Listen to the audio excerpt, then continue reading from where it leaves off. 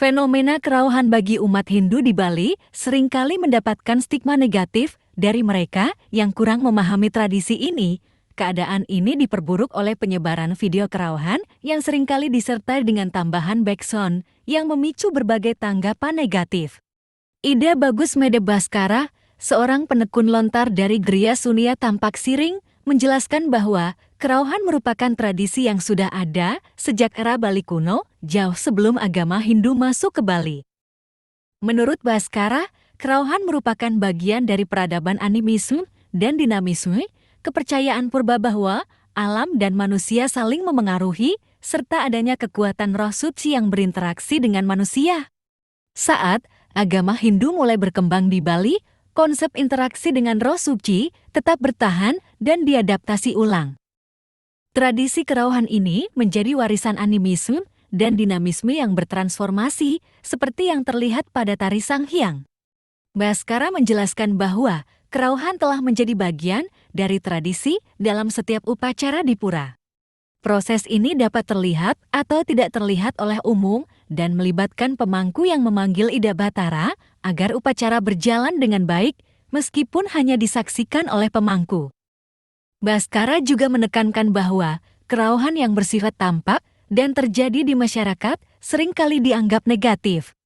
Namun, fenomena ini tidak seharusnya dilihat hanya dari sisi buruknya. Dalam tradisi Hindu di Bali, kerauhan memiliki banyak jenis, seperti kerauhan Dewa Hyang, Ida Batara Sesuhunan, kerauhan leluhur Pitara, dan kerauhan Butakala. Secara linguistik, kerauhan berasal dari kata rau yang berarti kedatangan. Kerauhan bisa diartikan sebagai datangnya roh suci atau kekuatan bawah seperti Butakala yang memasuki manusia. Baskara menjelaskan perbedaan antara kerauhan dan kerasukan. Jika roh yang datang adalah roh suci atau leluhur, maka disebut kerauhan. Namun, jika yang datang adalah kekuatan bawah seperti Butakala, itu disebut kerasukan. Baskara menyayangkan stigma negatif terhadap kerauhan yang muncul di media sosial, terutama karena fenomena ini seringkali disertai komentar yang merendahkan.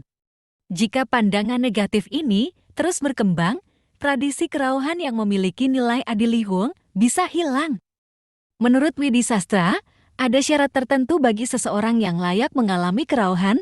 Seseorang yang kerauhan biasanya adalah pemangku, sutri, pengayah, atau juru tapakan yang dipersiapkan untuk berkomunikasi dengan roh suci.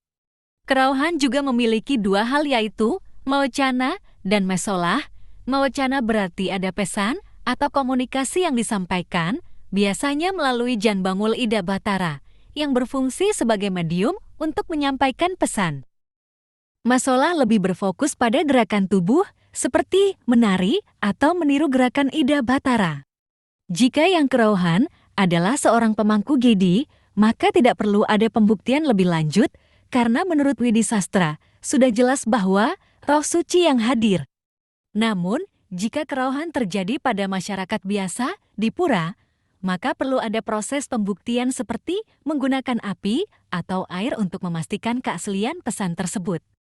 Ada dua hal yang dapat dilakukan saat menemukan seseorang yang mengalami kerauhan. Upaya ini bertujuan untuk mencegah pandangan negatif terhadap fenomena kerauhan. Ida Bagus Mede Baskara menjelaskan, yang pertama adalah tatas akena, yaitu mengamati dan memperhatikan siapa yang mengalami kerauhan. Jika yang kerauhan adalah orang yang memiliki wewenang, seperti pemangku, maka prajuru dan masyarakat wajib membawa orang tersebut ke jeroan pura untuk nata krawos. Kedua, jika yang kerauhan adalah masyarakat biasa atau bukan pemangku, setelah dia mati, orang tersebut harus dipindahkan ke Madya Mandala. Sebab, selain Jeroged atau pemangku pengempun pura, tidak ada yang boleh mengalami kerauhan di areal jeroan pura. Maka, orang tersebut harus dipindahkan ke Madya Mandala. Jika ingin mesolah, silakan, asalkan tidak membahayakan diri sendiri atau orang lain, ungkapnya. Dalam lontar Widi Sastra, disebutkan bahwa jika ada yang pura-pura kerauhan atau mengaku-ngaku sebagai Batara, orang tersebut pasti sedang sakit.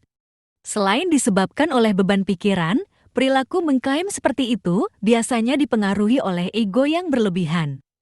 Keadaan ini disamakan dengan orang yang tidak mengetahui sesuatu tetapi berpura-pura tahu, atau orang yang tidak suci tetapi berpura-pura suci.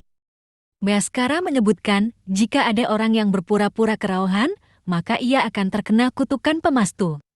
Akibatnya, minimal orang tersebut akan menderita sakit yang tidak bisa disembuhkan, atau bahkan bisa meninggal.